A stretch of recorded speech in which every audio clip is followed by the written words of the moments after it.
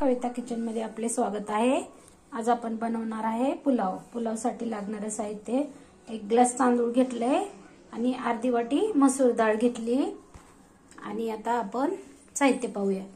आलं लसूण पेस्ट घेतली 1 चमचा, हिंग, एक कांदा ह्याच्यातून कट करून घेतलाय, तेल घेणार 2 पळी अंदाजे, 1 चमचा किचन किंग मसाला घेणार, कढीपत्ता, कांदा लसूण मसाला, हे थोडंसं घरचं तिखट, हळद, 1 चमचा भरून मीठ, जिरं। तर पाहूया रेसिपी। चालू करून घेतलाय। आपण कुकर मध्ये बनवूया। अंदाजे 2 पळी तेल घालूया।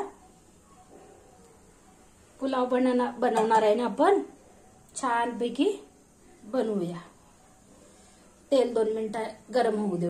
आपण भाज्या पण घालू शकतो। माझ्याकडे शेवगा शेंग आहे, मटर आहे, थोडेसे मटर पण घालीन, खूप छान होतो पुलाव। तुमच्याकडे ज्या बी भाज्या अवेलेबल आहेत त्या घालू शकता। 2 बटाटे पण घालीन। चला तर पाहूया रेसिपी। चला तर तेल गरम झाले, 1 चमचा जिरं टाकूया,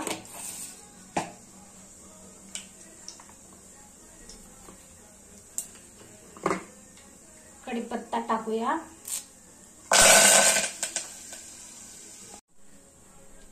एक चुटकी हिंग टाकूया। हिंगाने खूप छान आपल्या पुलावला चव येते। हे पहा, हा कांदा यानं कट करून घेतलेला आपण टाकूया।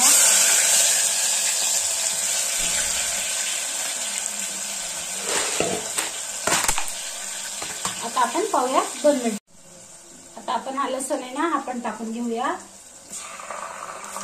आणि 2 मिनिटं फ्राय करून घेऊया। छान फ्राय झालाय ना आपला पुलाव, खूप छान होतो। हे पहा,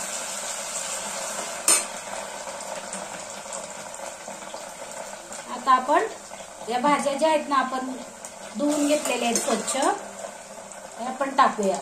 शेवग्याची शेंग, थोडेसे मटार फ्राय होऊ द्यायचे तेलात, म्हणजे आपला पुलाव खूप छान लागतो। हे जे मसाले आहेत ना हे पण टाकून घेऊया। याला पण 2 मिनिटं आपण असं फ्राय करून घेऊया।